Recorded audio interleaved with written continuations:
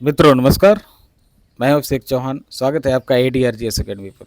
Daily 10 हमारा current affairs का एक प्रोग्राम है जिसमें हम अति महत्वपूर्ण करंट अफेयर संबंधी तथ्यों का संकलन आपके सामने रखते हैं।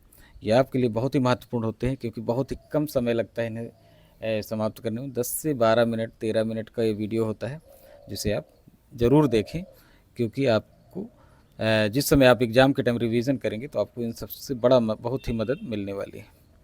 क्लियर? तो आइए शुरू करते हैं आज की महत्वपूर्ण खबरों के साथ। 1 तारीख 1 घंटा एक साथ, ठीक, ये एक अभियान है जिसे 1 अक्टूबर को प्रधानमंत्री नरेंद्र मोदी के नेतृत्व में समर्थन मिला। ठीक है, स्वच्छता संबंधी ये पहल है। क्लियर? क्या है? स्वच्छता संबंधी पहल है जिसके लिए 1 तारीख 1 घंटा और एक साथ के कॉन्सेप्ट को लागू किया गया। पीएम ने फिटनेस इन्फ्लुएंसर अंकित बयानपुरी, ये नाम याद रखिए, ठीक है, ये फैक्ट्स है आपका, अंकित बयानपुरिया के साथ अभियान में हिस्सा लिया।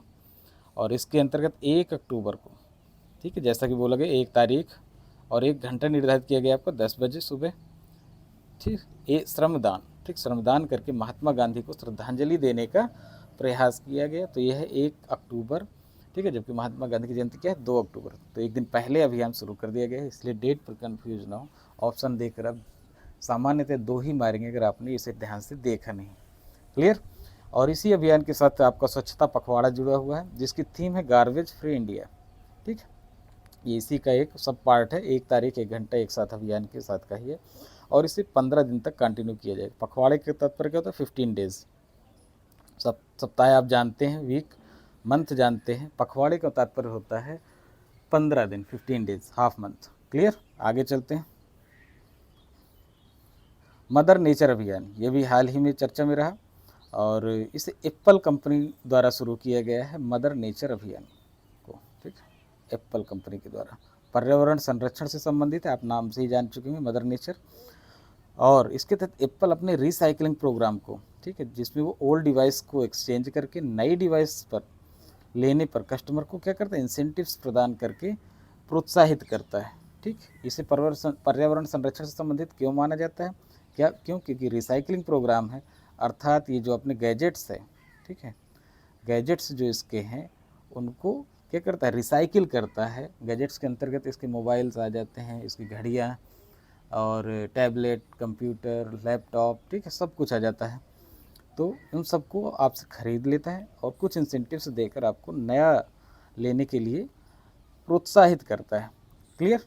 तो ये पर्यावरण संरक्षण से संबंधित है क्योंकि ये ई वेस्ट को कंट्रोल करता है। जो डिवाइस आपकी ख़राब हो चुकी है, जिसे आप फेंक दे रहे हैं कहीं पर, तो उसे ये स्वयं लेके रिसाइकिल करता है और उपयोगी बना लेता है।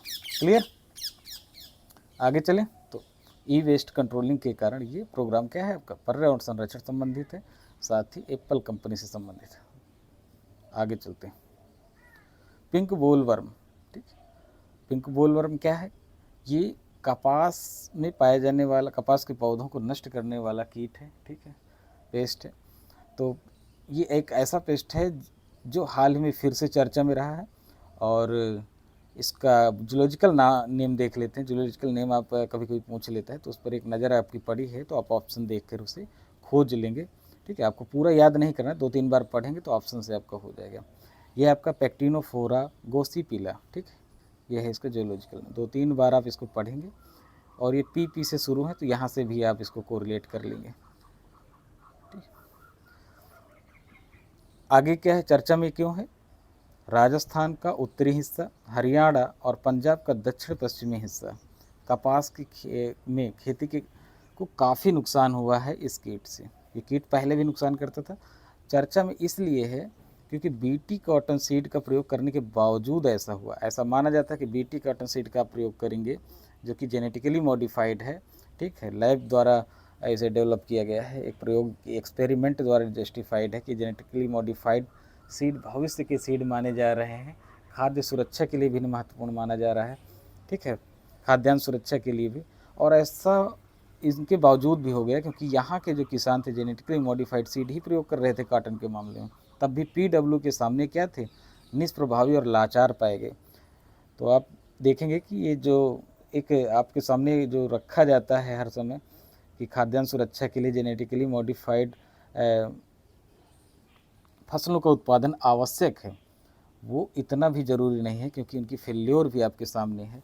निश्चित रूप से इसमें व्यावसायिक हित भी बहुत ज़्यादा जुड़े हुए हैं। इतने फ़ायदेमंद ये दिखते नहीं जितने आपके सामने रखे जाते हैं या जितना इनकी एडवर्टाइजिंग की जाती है। क्लियर?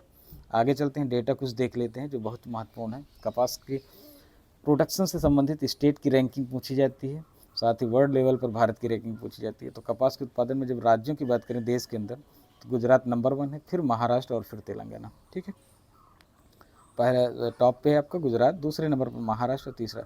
3 ही याद किया करिए। कभी कभी जनरली बुक्स में 5 की रैंकिंग दी होती है, आप 5 कभी नहीं याद किया करिए, केवल टॉप 3 याद कर लीजिए, तो आपके ऑप्शन हो जाते हैं, आप ऑप्शन खोज लेते हैं। क्लियर? और वैश्विक लेवल पर देखें तो भारत की रैंकिंग क्या है? दूसरी, सेकेंड है, और फर्स्ट किसकी है? चाइना। क्लियर? आगे चलते हैं। IGMS 2.0 पब्लिक ग्रीवांस पोर्टल, ये हाल ही में चर्चा में रहा। ये पोर्टल किससे संबंधित है? इसके नाम के साथ ही हो सकता है आपसे केवल IGMS 2.0 पूछा जाए, तो संबंधित किससे? पब्लिक ग्रीवांस पोर्टल है ये, और इंटेलिजेंट ग्रीवांस मॉनिटरिंग सिस्टम है। ठीक है, क्या है ये? Intelligent grievance monitoring system. आगे देखते हैं इसके अंतर्गत क्या क्या है। इसे लॉन्च किया गया है DARPG के द्वारा। DARPG क्या है? Department of administrative reform and public grievance. ठीक है, DARPG का फुल फॉर्म है, और ये क्या है? विभाग है। तो विभाग किसके अंतर्गत होते हैं? किसके? मिनिस्ट्री के अंतर्गत। कहीं भी मिनिस्ट्री के अंदर, मिनिस्ट्री कई विभागों में बटी होती है, तो ये कार्य प्रणाली का, कार्यपालिका का हिस्सा है। तो मिनिस्ट्रीज़ की अगर कभी पूछ ली जाए तो ये है आपकी ministry of personnel public grievance and pension. दोनों चीज़ आपको याद रखनी है। IGMS क्या है आपका? आर्टिफिशियल इंटेलिजेंस को समर्पित शिकायत निगरानी प्रणाली है। आर्टिफिशियल इंटेलिजेंस को इस्तेमाल कर रहा है ये। आर्टिफिशियल इंटेलिजेंस इस समय रिसेंट टेक्नोलॉजी है, जिसके अनुप्रयोग भी अब सामने आने शुरू हो चुके हैं। साथ ही कुछ सालों तक इससे सवाल बहुत बनने की संभावना है। जैसे कि आपने पीछे देखा, क्रिप्टो से सवाल बने, ब्लॉकचेन से बने, ठीक है, इंटरनेट ऑफ थिंग्स से क्वेश्चन बन रहे थे। तो अब जो समय है उसमें आप आर्टिफिशियल इंटेलिजेंस और बिग डेटा, ठीक है, इनके कॉन्सेप्ट को पढ़ते रह करिए। न्यूज़पेपर से, कहीं से भी कोई भी आर्टिकल देखिए, थोड़ा ब्रॉडर स्पेक्ट्रम पढ़िए। ठीक है, इंजीनियरिंग की दृष्टि से नहीं, ब्रॉडर स्पेक्ट्रम मतलब इसके अनुप्रयोगों को देखिए क्या क्या इससे हो सकता है। पढ़ते रहिए, क्योंकि ये कुछ सालों तक ये छाए रहेंगे हर स्तर पर, आपके ऑब्जेक्टिव लेवल के स्तर पर, साथ ही मुख्य परीक्षाओं में जहाँ आप क्वेश्चन को लिखते हैं सब्जेक्टिव लेवल के स्तर पर और इंटरव्यू के स्तर पर भी। तो इसे आप बहुत ध्यान से पढ़िए। उद्देश्य क्या है IGMS 2.0 पोर्टल का? लोक शिकायत निवारण प्रक्रिया की एफिशिएंसी को बढ़ाना। ठीक, तो आपने देखिए लोक शिकायत निवारण से संबंधित यह है ही, प्रक्रिया को की एफिशिएंसी को बढ़ाना है। ठीक है, दक्षता को बढ़ाना है। जो प्रक्रिया पहले से अपनाई जा रही थी, ये एक नवीन प्रक्रिया नहीं है, केवल जो वो प्रक्रिया जो पहले से चली आ रही थी उसकी दक्षता को बढ़ाना है, अर्थात लोगों को सही समय पर लोगों की शिकायतों का निवारण किया जा सके, ये प्रयास किए गए हैं आर्टिफिशियल इंटेलिजेंस के माध्यम से। और इसके लिए एक पोर्टल विकसित किया गया जिसका नाम है IGMS 2.0। क्लियर? साथ ही क्योंकि तकनीकी हिस्सा है तो किसी न किसी एजेंसी को इस हायर करना पड़ता है, तो वो एजेंसी है आपकी IIT कानपुर, जो कि DARPG के साथ मिलकर और उसकी अनुशंसाओं के आधार पर इस पोर्टल को डेवलप करेगी। क्लियर? IIT कानपुर को आप याद रखिए। आगे चलते हैं। GST सहाय, हाल ही में चर्चा में रहा GST सहाय, और देख लेते हैं इसके क्या है। GST सहाय आपका इनवाइस फाइनेंसिंग लोन प्लेटफार्म है। सबसे ज़्यादा आप याद रखेंगे क्या? Loan platform. लोन प्लेटफार्म के अंदर इनवाइस फाइनेंसिंग से संबंधित है, और इससे लॉन्च किसने किया है? सिडबी ने। सिडबी, ठीक है, small industries development bank of India. ठीक है, सिडबी। सिडबी का मुख्यालय आप बताइए, सोचिए, मैं भी बताता हूँ थोड़ी देर में आपको, जब तक इसकी व्याख्या पूरी कर दूँ। सिडबी द्वारा लॉन्च ऐप आधारित प्लेटफार्म है। ऐप आधारित प्लेटफार्म है, अर्थात आपको ये ऐप डाउनलोड करना पड़ेगा। जो भी इससे संबंधित हितधारक हैं, स्टेक होल्डर्स हैं, उनको क्या है, ये ऐप डाउनलोड करेंगे और उसके द्वारा ही उनकी समस्याओं का निवारण होगा। उद्देश्य क्या है?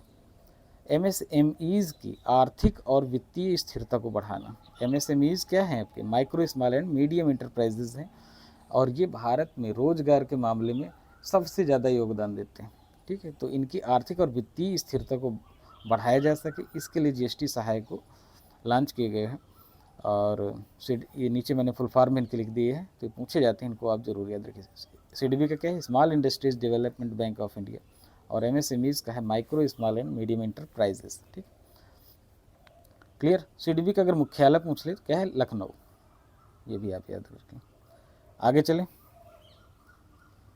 पाटा ट्रैवल मार्ट, ये भी हाल में चर्चा में रहा। ठीक है, पाटा का फुल फॉर्म है पैसिया एसिफिक travel association, Pacific Asia travel association. और इसका ये ट्रैवल मार्ट होगा कहाँ? मेला है ये, नई दिल्ली। ठीक, 2023 पाटा ट्रैवल मार्ट 2023 आपका नई दिल्ली में होगा। ये पैसिफिक एशिया ट्रैवल एसोसिएशन की बात करें तो 1951 में इसकी स्थापना हुई थी। ठीक है, और उद्देश्य, हाँ, साथ ही इसमें नॉन प्रॉफिट ऑर्गेनाइजेशन है, गैर लाभकारी है। ठीक, मेंबरशिप के आधार पे चलता है। आगे चलते हैं। The day I became a runner, ये बुक है। ठीक है, बहुत ही फेमस बुक है, हाल ही में लॉन्च की गई है। तो आप इसमें देखेंगे कि किसकी रचना? सोहिनी चट्टोपाध्याय। बुक्स पूछी जाती हैं, इसीलिए मैंने इसे मेंशन कर दिया, क्योंकि हाल ही में इसे कॉलिंस पब्लिकेशन के द्वारा लॉन्च किया गया है। सोहिनी चट्टोपाध्याय पब्लिकेशन से आपको ज़्यादा मतलब नहीं है, आपको एक बुक और राइटर का याद होनी चाहिए। आगे चलते हैं।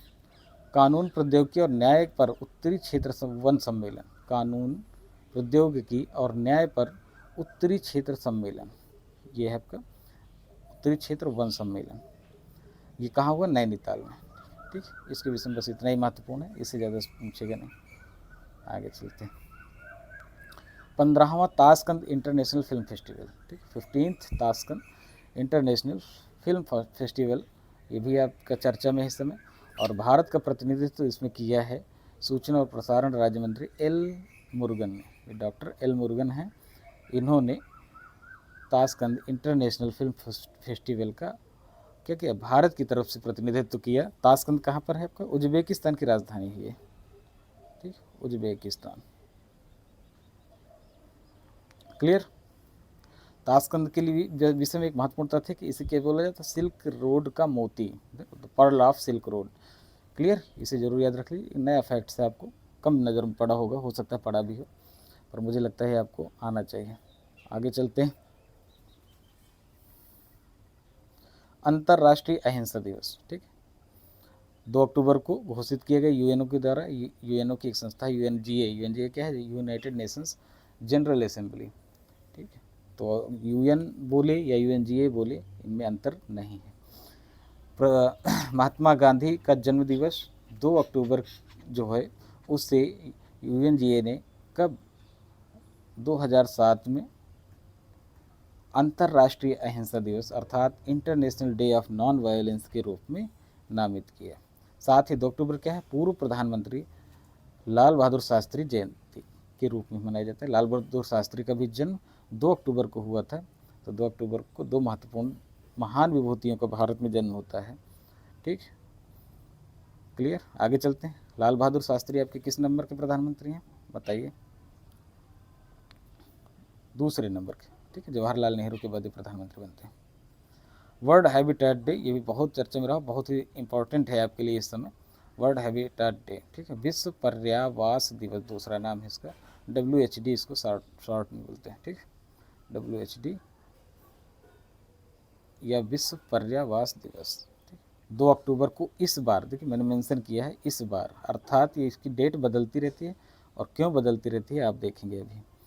ठीक है, रेजिलियंट, इसकी हाँ थीम आप जरूर याद रखिए। Resilient urban economies, cities as drivers of growth and recovery.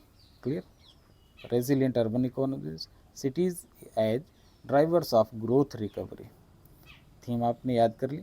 आगे देखते हैं कि विश्व पर्यावरण दिवस जो है मैंने 2 अक्टूबर के साथ इस बार क्यों लिखा, तो ये है आपका कि यूएन ने इसे घोषित किया है, और डेट क्या दी? अक्टूबर का पहला सोमवार।